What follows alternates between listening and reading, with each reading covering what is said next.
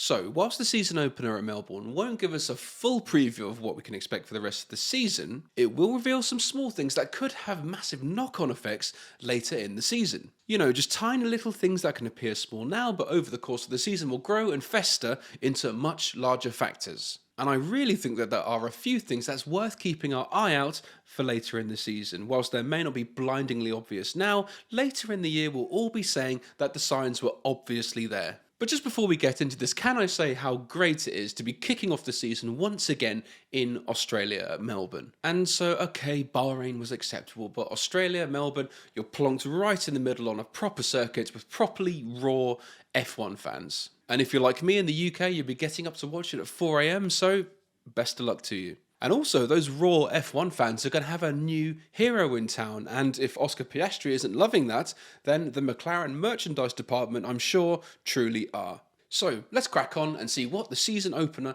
could reveal. And while you're at it, do us a favour and subscribe to the channel, and also like if you enjoyed.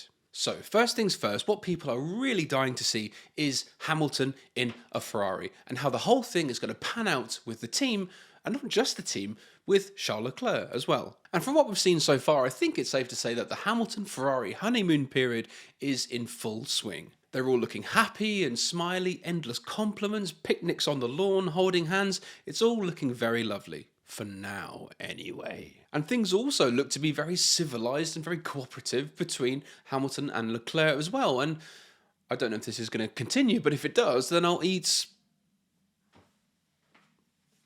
this Eddie Irvine cap, for example. But what all this sort of stuff sounds like to me, it does sound a little bit too good to be true. It sounds a bit too contrived, and that the Ferrari PR department is full speed ahead, hard at work on this. It's all very much shut up, say this, don't say that, here, wear this, that kind of thing. And how much kind of an outsider like Hamilton could put up with that? Well, we'll just have to wait and see. And also knowing from what we've seen between Hamilton and Leclerc regarding attitudes to their teammates, it all seems a little bit too good to be true, even manufactured even. Now, in the past, both of them have absolutely adored their teammates, just so on the terms, though, that they don't get hassled or bothered by them or challenged in any way. And we've seen that both can throw their toys out of the pram if they sense they are not the priority for the season. So with that in mind, we could be in store for a drama-infested season at Ferrari. So what we need to look out for in Australia, and this doesn't matter whether the cars are at the front, middle or the back, it's how the two drivers cooperate with each other. Just things like giving each other room, how much they are willing to work towards the greater good of Ferrari, and a very underrated one as well to look out for is body language. Now, I think it's likely that unless external factors intervene, Leclerc and Hamilton will qualify close to each other, as teammates tend to do nowadays. Of course, each will be trying to assert a dominance over the other on the track, which could lead in some very interesting manoeuvres on the circuit, and also some very interesting radio communications if something doesn't go according to script. And another is how much they are willing to work towards the greater good of Ferrari, and knowing that the team is looking out for their best interests, apparently. And this, of course, is an area that Leclerc may struggle in, because he's been down this road before and he knows just how badly Ferrari can screw up, and it's none of his fault. And as I touched on earlier, a critical thing to look out for when you're looking at Hamilton and Leclerc in Australia is body language. Because F1 drivers on the whole are horrific actors, and it does tell with all their funny little twitches in interviews, whether they scratch their nose, touch their cap, rub their ear, rub their face.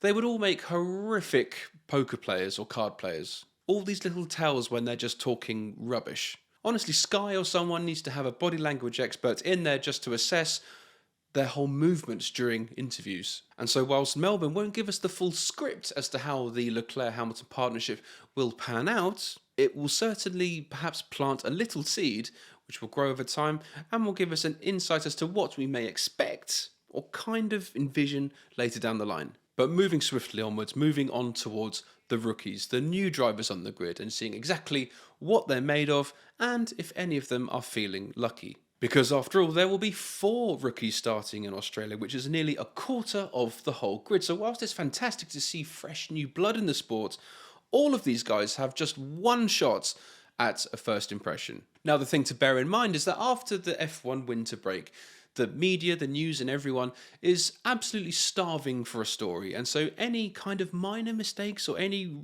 foot placed out of position or a wrong step from any of these drivers will be blown out of proportion completely by Sky Sports or whoever. And there's no doubt that luck can play a massive part, but all of these guys will be examined on their qualifying performance, especially against their teammates, and same again during the race itself, and also whether they can just keep it tidy, stay away from the barrier, stay away from other cars, and just deliver the car back in one piece. But the way we're expecting the grid to be so packed together this season, I expect the expectations for these rookies could be even higher. And I sense that every driver, whether that's Antonelli, Hajar, Doohan, or Bortoletto, all of them will have done the work pre-season and are expected, I guess, at this stage to come back with points. Or failing that, be in a decent position so that if a couple of cars in front of you retire, you'll be automatically promoted to a point scoring position. And as I said, we do expect the times between first and last to be tighter than ever, so just pulling up, finishing 19th or 20th in a very uneventful race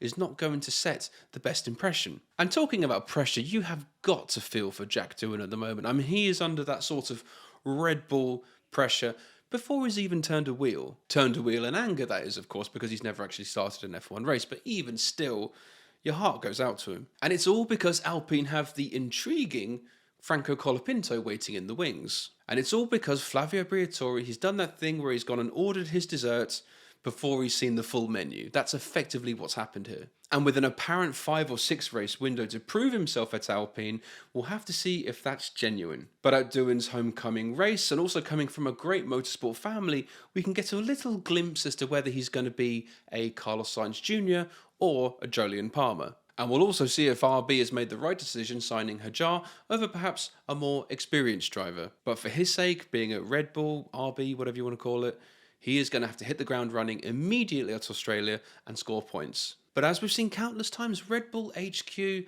Christian Horner, Dr. Helmut Marko, they don't mess around. Because a poor result at Melbourne, combined with a starved F1 press and media, could knock his confidence, which he may struggle to come back from. But genuinely though, I do hope all of these guys put in a good performance, and I really wish them well. Because F1 really doesn't at this stage need any more yellow flag safety car merchants. We've kind of had enough of those now. As much as it's fantastic because they jumble up the race and cause endless hilarity through accidents and silly mistakes, you just want to see the best quality out on the track, really. But I'd say if anyone is going to be relishing the start of the 2025 season at home down under, it has got to be the local boy, Oscar Piastri. And there he is, starting a new season at McLaren, a blank sheet of paper, the pressure off his shoulders as well regarding McLaren's constructors battle. Here is the guy where we'll see what his attitudes are towards McLaren as we head into the new season. Because supposedly, depending where you read this, Piastri did get a little bit of a bollocking from McLaren because he was dominated by Lando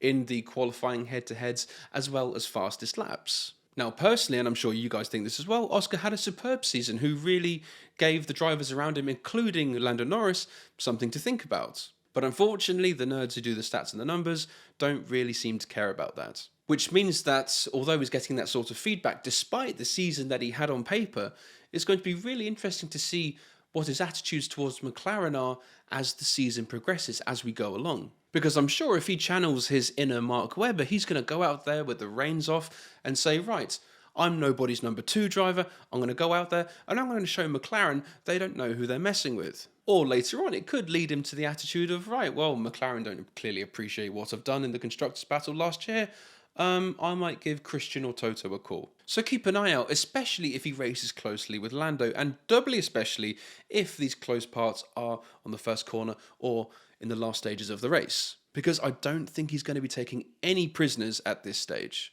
This is, of course, if Lando Norris hasn't made that crucial step up, which many of us are expecting him to do. And it will also be interesting to see if over the winter break, McLaren have grown up a bit and learned some lessons over their strategy cock-ups from last year. So, Australian Grand Prix, who's going to come out on top? Lando? Oscar? What do you think? Let me know in the comments. Okay, last one word, and that is back markers. Now, what Melbourne I'm sure will definitely show us is who the back markers for the season are most likely to be, and if a team is at the back true to form, such as Sauber for example, that is the most likely who it's going to be for the season going ahead. Before you say, Paul, what the hell are you talking about?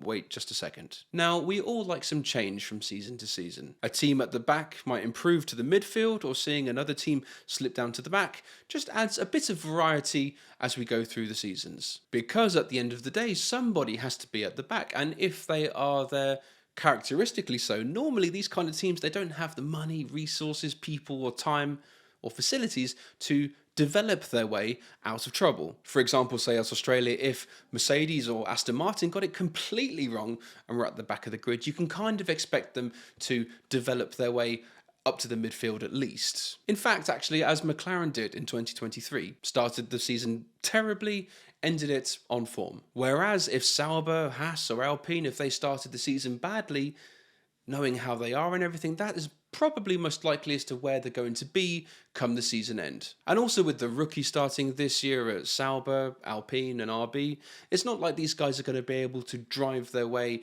out of inherent problems with the car. Not at first anyway. I mean, it would be astonishing if a rookie was actually able to do that, but I'd say it's unlikely. So all in all, it's fantastic that Formula One is going to be back. I can't wait for the Australian Grand Prix.